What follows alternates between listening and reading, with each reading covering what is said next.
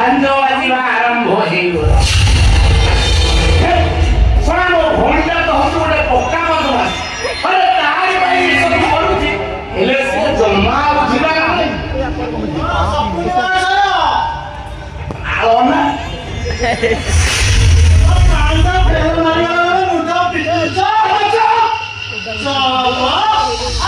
ଆଜି ସଳଖିଆର ଚପ ହେଇନି, ଖାଲି ପୁରୀ ଡାଲେମା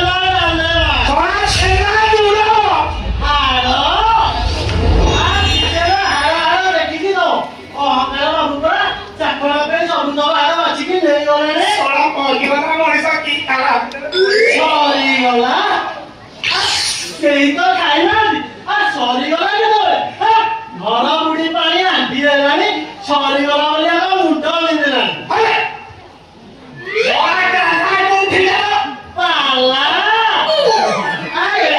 ପାଲା ହଉଛି କାହିଁ ମୁଁ ତ ଜାଣିନି। ଠିକ ସେଇଆ କର, ଘର ଭଙ୍ଗା କଥା ଛାଡି ପୁରାଣ ଶାସ୍ତ୍ର ଏଇଟା ମନ ଦିଅ, ଧର୍ମ କର। ମୋ ବୟସରୁ ମତେ କଣ ମିଳିବ? ମୋ ବୟସରୁ କଣ ମତେ କେହି ଝିଅ ଦଉନାହାନ୍ତି? ତମେ କଣ ମୋ ବାହାଘର ଠିକ କରିଛ କି? ତମର କଣ ଚାଚୁ କୁଣ୍ଡିଆ ହେଇଛି? ନିର୍ବନ୍ଧର ମାଲିସ କରିବ? ହାଣ୍ଡି ହାଣ୍ଡିରେ କଣ ନିର୍ବନ୍ଧର ବୁଡିକି ରହିବ?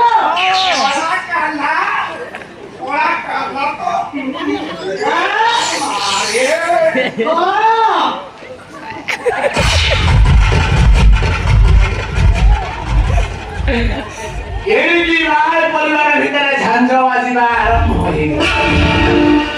ବଡ଼େ କୌଶଳେ ଏ ଘରୁ କାହ୍ନାକୁ ଆଉଛନ୍ତି। ଆଉ ବାପା ମାଙ୍କ ମନରେ ବି ସମୁଧି ଏ ଘରୁ କାହ୍ନାକୁ ଆଉଟ କଲା ପରେ ସବୁ ସମ୍ପତ୍ତିର ମାଲିକ ମୁଁ।